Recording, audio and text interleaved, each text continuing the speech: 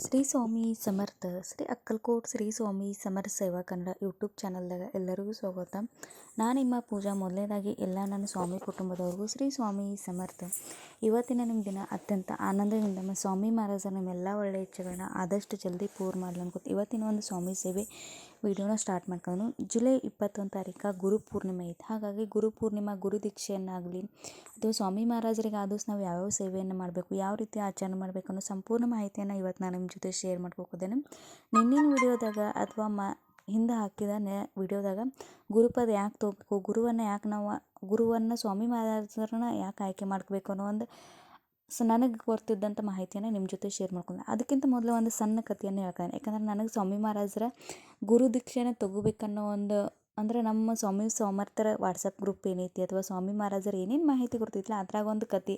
ಈ ಕತೆ ಕೇಳಿದ ಕೂಡಲೇ ಗುರು ದೀಕ್ಷೆ ತೊಗೋಬೇಕಂತ ಏನಿಲ್ಲ, ಆದರೆ ನಿಮ್ಗೆ ಎಲ್ಲರಿಗೂ ಒಂದು ಕ್ಲಾರಿಟಿ ಸಿಗ್ತೈತಿ. ಒಂದು ಊರಾಗ ಒಬ್ಬರು ಋಷಿಮುನಿಗಳಿದ್ದರು. ಆ ಒಂದು ಊರಿತ್ತು. ಆ ಊರಾಗ ಅಂದ್ರೆ ದೀಪಾವಳಿ ಹಬ್ಬ ಇತ್ತು. ದೀಪಾವಳಿ ಹಬ್ಬದಾಗ ಎಲ್ಲರೂ ಮನೆಯನ್ನು ಸ್ವಚ್ಛ ಮಾಡ್ತಿರ್ತಾರೆ.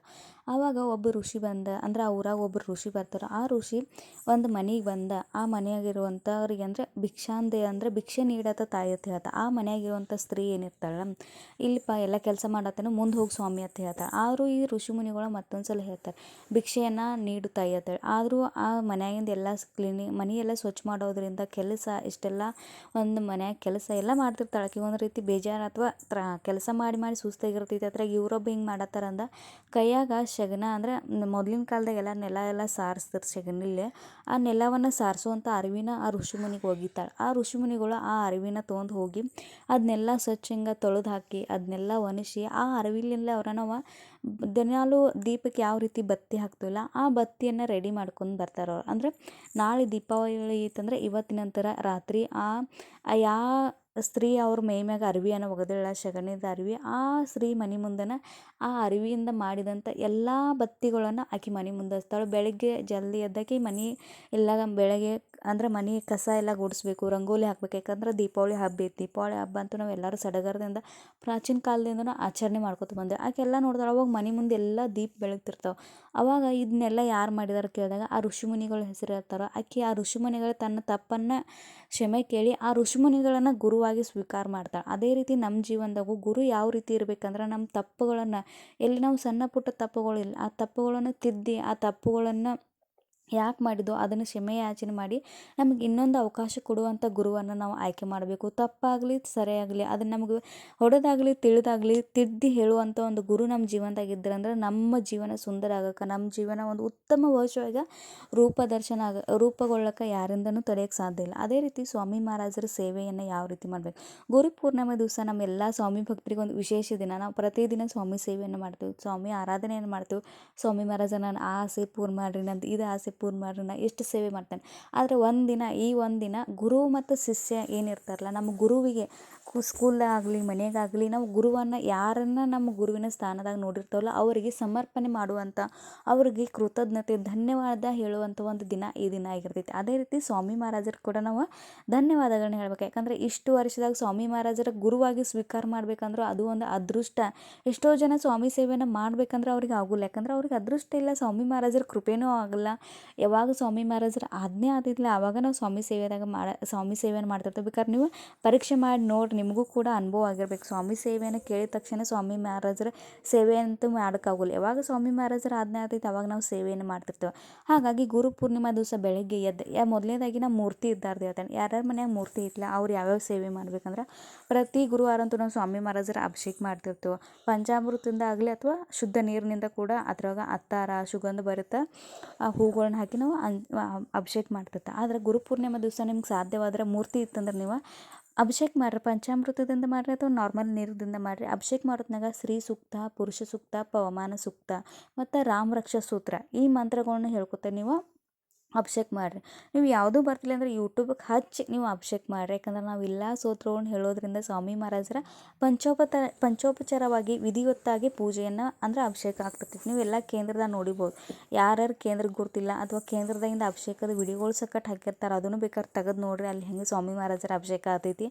ನಿಮಗೆ ಯಾವ್ದು ಬರ್ದಿಲ್ಲ ಅಂದ್ರೆ ಸ್ವಾಮಿ ಮಹಾರಾಜರ ಶ್ರೀ ಸ್ವಾಮಿ ಸಮರ್ಥ ಇದನ್ನು 108 ಸಲ ಹೇಳಿ ಅಭಿಷೇಕ ಹಾಕ್ರಿ. ಆಮೇಲೆ ಸ್ವಾಮಿ ಮಹಾರಾಜರೆಲ್ಲ ಅಭಿಷೇಕ ಹಾಕಿದ ಕೂಡಲೇ ಸ್ವಾಮಿ ಮಹಾರಾಜರಿಗೆ ಮೂರ್ತಿಗೆ ಹಾಕುವಂಥ ವಸ್ತ್ರಗಳು ಸಿಗ್ತೈತಿ. ಸ್ವಾಮಿ ಮಹಾರಾಜರ ಹೀನ ಅತ್ತಾರ ಅತ್ಯಂತ ಪ್ರಿಯ ಐತಿ. ಭಾಳ ಅಂದ್ರೆ ಎಲ್ಲ ಒಂದು ಪೂಜಾ ಸಾಹಿತ್ಯ ಅಂಗಡಿ ಸಿಗ್ತಾವಲ್ಲ ಅಲ್ಲಿ ಹಿನ ಅತ್ತಾರ ಸಿಗ್ತೈತಿ ರೋಸ್.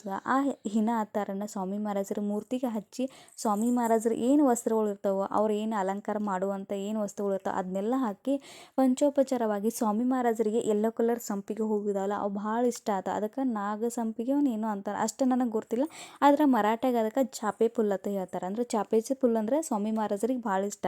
ಯೆಲ್ಲೋ ಕಲರ್ ಇರ್ತಾವೆ, ಸ್ಮೆಲ್ ಮಸ್ತ್ ಇರ್ತೈತಿ. ಆ ಹೂವು ಸ್ವಾಮಿ ಮಹಾರಾಜರಿಗೆ ಸಾಧ್ಯವಾದ್ರೆ ಆ ಹೂವನ್ನು ಏರಿಸ್ರಿ ಅಥವಾ ನಿಮ್ಮ ಕಡೆ ಯಾವ ಹೂವು ಇರ್ತೈತಿಲ್ಲ ಅದನ್ನ ಏರಿಸಿ. ಸ್ವಾಮಿ ಮಹಾರಾಜರು ನಮ್ಮ ಕಡೆಯಿಂದ ಏನು ಅಪೇಕ್ಷೆ ಇರ್ತೈತಿ ನಾವು ಮಾಡುವಂಥ ಶ್ರದ್ಧೆಯಿಂದ ಮಾಡುವಂಥ ಭಕ್ತಿ ಅವ್ರ ನಿಸ್ವಾರ್ಥ ಮಾಡುವಂಥ ಒಂದು ಸೇವೆ ನಮ್ಮ ಕಡೆಯಿಂದ ಅಪೇಕ್ಷೆ ಇರ್ತೈತಿ. ನಮ್ಮ ಕಡೆಯಿಂದ ನಾವು ಏನು ನೈವೇದ್ಯ ತೋರಿಸಿದ್ದು ಏನಿಲ್ಲ ಅವ್ರಿಗಿಲ್ಲ. ನಾವು ಎಷ್ಟು ಭಕ್ತಿಯಿಂದ ಅವ್ರ ಸೇವೆಯನ್ನು ಮಾಡ್ಕೋದು, ಎಷ್ಟು ಭಕ್ತಿಯಿಂದ ಅವ್ರ ಸೇವೆಯನ್ನು ಪ್ರಸಾರ ಮಾಡ್ಕೋದು ಅದೇ ಸ್ವಾಮಿ ಮಹಾರಾಜರು ನೋಡ್ತಿರ್ತಾರೆ. ಆಮೇಲೆ ಇನ್ನು ನೈವೇದ್ಯ ಹೋಗು ನಿಮ್ಗೆ ಏನು ಆಗ್ತಿಲ್ಲ ಅದು ಮಾಡಿರಿ. ಶಿರಾ ಮಾಡಿರಿ, ಹುಗ್ಗಿ ಮಾಡಿರಿ, ಹೋಳ್ಗೆ ಮಾಡಿರಿ. ಸ್ವಾಮಿ ಮಹಾರಾಜರಿಗೆ ಇಷ್ಟವಾದ ಬೇಸನ್ ಲಾಡು ಮಾಡಿರಿ. ಸ್ವಾಮಿ ಮಹಾರಾಜರಿಗೆ ಕಾಂದೆ ಬಜ್ಜಿ ಅಂದರೆ ಉಳ್ಳಾಗಡ್ಡಿ ಬಜ್ಜಿ ಏನಿರ್ತ ಆಲೂ ಬೋಂಡ ಏನಿರ್ತಲ್ಲ ಈರುಳ್ಳಿ ಬೋಂಡ ಅಥವಾ ಉಳ್ಳಾಗಡ್ಡಿ ಬಜ್ಜಿ ಏನಿರ್ತಲ್ಲ ಅವು ಇಷ್ಟ ಆಗ್ತಾವೆ. ಶಾವ್ಗೆ ಪಾಯಸವನ್ನು ಮಾಡ್ಬೋದು, ಹೋಳ್ಗೆ ಮಾಡ್ಬೋದು. ನಿಮ್ಗೆ ಏನು ಆಗ್ತಿಲ್ಲ ಏನೂ ಆಗೋದಿಲ್ಲ ಅಂದ್ರೆ ಹಾಲು ಸಕ್ರೆ ಇಡ್ರಿ, ಸ್ವಾಮಿ ಮಹಾರಾಜರು ಸ್ವೀಕಾರ ಮಾಡೇ ಮಾಡ್ತಾರೆ. ಹಾಗಾಗಿ ಇಷ್ಟನ್ನು ನೈವೇದ್ಯ ಮಾಡಬೇಕು. ಇನ್ನು ಮತ್ತು ಅದನ್ನು ಸಾಯಂಕಾಲ ಗುರುಪಾದ ಯಾವ ರೀತಿ ತೊಗೋಬೇಕು ಅನ್ನೋದು ಕೂಡ ನಾನು ಇದೇ ವಿಡಿಯೋದಾಗ ಹೇಳ್ತೇನೆ ನಿಮ್ಗೆ. ಇನ್ನು ಮೂರ್ತಿ ಇಲ್ದಾರ ಫೋಟೋ ಇದ್ದಾರೆ ಏನು ಮಾಡ್ಬೇಕಂದ್ರೆ ನನ್ನ ಮನ್ಯಾಗ ಫೋಟೋ ಇದ್ದು ನನ್ನ ಮನ್ಯಾಗ ಮೂರ್ತಿ ಇಲ್ಲ ಕರೆ ಹೇಳ್ಬೇಕಂದ್ರೆ ಸ್ವಾಮಿ ಮಹಾರಾಜರದ ನನ್ನ ಮನ್ಯಾಗ ಫೋಟೋ ಇತ್ತು. ನಾ ಯಾವ ರೀತಿ ಮಾಡ್ತೇನೆ ಅಂದ್ರೆ ಆ ದಿನ ಮೊದಲನೇದಾಗಿ ಏನು ಫೋಟೋ ಇರ್ತಿದ್ದಿಲ್ಲ ಅದನ್ನೆಲ್ಲ ಸ್ವಚ್ಛಂಗೆ ಒರೆಸ್ಕೊತೆ. ಪ್ರತಿದಿನ ಅಂತೂ ನಾವು ಸ್ವಾಮಿ ಮಹಾರಾಜರ ಪೂಜೆ ಮಾಡ್ತೀವಿ. ಆ ದಿನ ಸ್ವಚ್ಛ ನೀರು ಹಾಕಿ ಸ್ವಾಮಿ ಮಹಾರಾಜರ ಫೋಟೋ ಎಲ್ಲ ಒರೆಸ್ಕೊಂಡು ಅದಕ್ಕೆ ಹೂವಿನ ಹಾರ ಏನಿರ್ತಾವಲ್ಲ ಹೂವಿನ ಹಾರ ಹಾಕಿ ಅತ್ತಾರ ಹಚ್ಚಿ ಮತ್ತು ಸ್ವಾಮಿ ಮಹಾರಾಜರಿಗೆ ಏನೇನು ನಮ್ಗೆ ಎಷ್ಟು ಆಗ್ತೈತೆ ಅಷ್ಟು ಅಲಂಕಾರ ಮಾಡಿ ದೀಪ ಎಲ್ಲ ಹಚ್ಚಿ ಈ ಏನೇನು ನಾವು ಅಭಿಷೇಕ ಮಾಡೋದ್ನಾಗ ಸೇವೆ ಮಾಡಿರ್ತೀವಲ್ಲ ಅದನ್ನು ಸೇವೆ ಸ್ವಾಮಿ ಮಹಾರಾಜರ ಮುಂದೆ ಕೂತ್ ಮಾಡೋದು. ಶ್ರೀ ಸೂಕ್ತ, ಪುರುಷ ಸೂಕ್ತ, ಪವಮಾನ ಸೂಕ್ತ, ರಾಮರಕ್ಷಾ ಸ್ತೋತ್ರ, ಶ್ರೀ ಸ್ವಾಮಿ ಸಮರ್ಥ ಜಪಮಾಲೆ ಇಷ್ಟನ್ನು ಸ್ವಾಮಿ ಮಹಾರಾಜರ ಮುಂದೆ ಕೂತ್ ಮಾಡಿ ಏನೇನು ನೈವೇದ್ಯ ಹೇಳಿಲ್ಲ ಅದನ್ನ ನೈವೇದ್ಯ ನಾವು ನಮ್ಗೆ ಏನು ಆಗ್ತೈತೆ ಆ ನೈವೇದ್ಯವನ್ನು ಇಡೋದು. ಇನ್ನು ಮಠದಾಗ ಕೆಲವೊಂದು ದಿನ ಆ ದಿನ ಸಾಮೂಹಿಕವಾಗಿ ಗುರುಪದವನ್ನು ಅಥವಾ ಗುರುದೀಕ್ಷೆಯನ್ನು ತೆಗೆದು ಕೂಡ ಕಾರ್ಯಕ್ರಮ ಆಯೋಜನೆ ಮಾಡ್ತಾರೆ. ಆದರೆ ನಾವು ಇರುವಂಥ ಈ ಏರಿಯಾದಾಗ ಅಥವಾ ನಮಗೆ ಈಗ ಕರ್ನಾಟಕದಾಗ ಜಾಸ್ತಿ ಸ್ವಾಮಿ ಮಹಾರಾಜರ ಕೇಂದ್ರಗಳಿಲ್ಲ. ಹಾಗಾಗಿ ಮನ್ಯಾಗ ಯಾವ ರೀತಿ ತೊಗೋಬೇಕಂದ್ರೆ ಒಂದು ತೆಂಗಿನಕಾಯಿ ಮತ್ತು ಒಂದು ಹೂವು.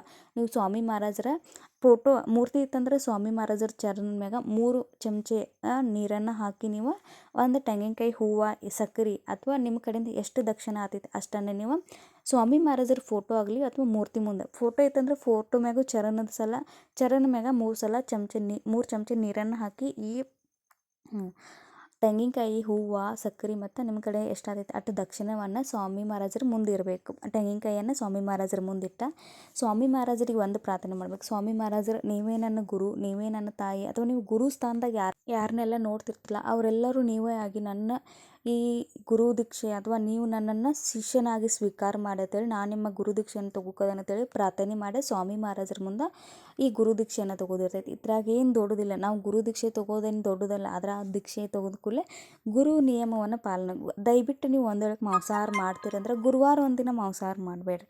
ನಮ್ಮ ಮನ್ಯಾಗ ಕರೆ ಹೇಳ್ಬೇಕಂದ್ರೆ ನಾ ಬಂದಾಗ ಮಾಂಸಾಹಾರಕ್ಕಿಂತನೂ ಈಗ ಬಂದಾಗ ಮಾಡುವಂಥದ್ದು ಒಂದು ಕ್ರಮೇಣ ಕಡಿಮೆ ಆಗ್ತಾ ಬಂದೈತೆ. ಹಾಗಾಗಿ ಮಾಂಸಾಹಾರ ಮಾಡೋರು ಕೂಡ ನೀವು ಗುರುದೀಕ್ಷೆಯನ್ನು ತೊಗೋ ಅದನ್ನ ಒಂದು ದೊಡ್ಡ ಸಮಸ್ಯೆಯಾಗಿ ಗುರುದೀಕ್ಷೆ ತೊಗೋದ್ರಿಂದ ದೂರ ಉಳಿಬೇಡ್ರಿ.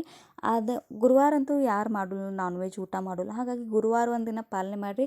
ನಿಮ್ಗೆ ಗುರ್ತಿಲ್ಲ ನಿಮ್ಮ ಜೀವನದಾಗ ಬದಲಾವಣೆ ಆಗ್ತದೆ. ನೀವೇ ಸ್ವಾಮಿ ಮಹಾರಾಜರ ನಾನ್ ವೆಜ್ದಿಂದ ಹೆಂಗೆ ದೂರ ಮಾಡೋದು ಅವ್ರಿಗೆ ಗೊತ್ತಿರ್ತೈತಿ. ನೀವೇ ಒಂದ್ಸಲ ನಂಗೆ ಕಮೆಂಟ್ ಮುಖಾಂತರ ಹಾಕ್ತೀರಿ, ಅಕ್ಕ ನಾನು ನಾನ್ ವೆಜ್ ಮೊದಲು ಭಾಳ ತಿಂತೀನಿ, ಈಗ ಸ್ವಾಮಿ ಮಹಾರಾಜರನ್ನ ಗುರುವಾಗಿ ಸ್ವೀಕಾರ ಮಾಡಿದ ಕೂಡಲೇ ನನಗೆ ಸಂಪೂರ್ಣವಾಗಿ ಬಿಟ್ಟಂಥ ಉದಾಹರಣೆಗಳು ಕೂಡ ಇದಾವೆ. ಇಷ್ಟೇ ಸ್ವಾಮಿ ಮಹಾರಾಜರ ಗುರುದೀಕ್ಷೆಯನ್ನು ತೊಗೊಂಡ ಸ್ವಾಮಿ ಮಹಾರಾಜರಿಗೆ ಇನ್ನೊಂದು ಪ್ರಾರ್ಥನೆ. ಸ್ವಾಮಿ ಮಹಾರಾಜರ ಪ್ರತಿದಿನ ನನ್ನ ಕಡೆಯಿಂದ 11 ಮಾಳು ಜಪ, ಸ್ವಾಮಿ ಚರಿತ್ರೆ ಸಾರಾಮೃತ, ಗುರುಚರಿತ್ರೆ ಪಾರಾಯಣ, ನವನಾಥ ಪಾರಾಯಣ, ಯಾವ್ಯಾವ ಸ್ವಾಮಿ ಮಹಾರಾಜರ ಸೇವೆಗಳು ಆಗ್ತಾವೋ ಅಷ್ಟು ಸೇವೆಯನ್ನು ನನ್ನ ಕಡೆಯಿಂದ ಮಾಡಿಸ್ಕೋರಿ. ಮತ್ತು ನೀವು ಇನ್ನು ನನ್ನ ಗುರುವಾಗಿ ನನ್ನ ಮಾರ್ಗದರ್ಶಕರಾಗಿ ನನ್ನ ಜೀವನದಾಗ ಸದಾ ನನ್ನ ಜೊತೆ ಇರತ್ತೇಳಿ ಸ್ವಾಮಿ ಮಹಾರಾಜರ ಪ್ರಾರ್ಥನೆ ಮಾಡಿ ನಿಮಗೆ ಸ್ವಾಮಿ ಮಹಾರಾಜರು ಯಾವ ಆರತಿ ಬರ್ತಿಲ್ಲ ಆ ಆರತಿಯನ್ನು ಮಾಡಿ ನೀವು ಏನು ಪ್ರಸಾದ ಮಾಡಿರ್ತಿರಲ್ಲ ನಿಮ್ಮ ಮನೆಯವ್ರಿಗೆ ಎಲ್ಲರಿಗೂ ಕೊಡ್ರಿ. ಆ ದಿನ ನೀವು ನಿಮ್ಮ ಮನೆ ಊರಾಗ ದತ್ತ ಮಂದಿರ ಇದ್ರೆ ಸ್ವಾಮಿ ಮಹಾರಾಜರ ಕೇಂದ್ರ ಇದ್ರೆ ಅಲ್ಲಿ ಹೋಗಿ ದರ್ಶನ ಮಾಡಿ ನಿಮ್ಮ ಕೈಗೆ ಎಷ್ಟಾಗ್ತೈತೆ ಅಷ್ಟು ದಾನವನ್ನು ಮಾಡಿರಿ. ಅಷ್ಟು ದಾನವನ್ನು ಮಾಡಿರಿ. ಮತ್ತು ಗುರುಪದ ತಗೋವಾಗ ಗುರು ದೀಕ್ಷೆನ ತಗೋವಾಗ ಕರಿ ಬಣ್ಣದ ಅಥವಾ ಕಪ್ಪು ಬಣ್ಣದ ವಸ್ತ್ರವನ್ನು ಧರಿಸ್ಬೇಡ್ರಿ.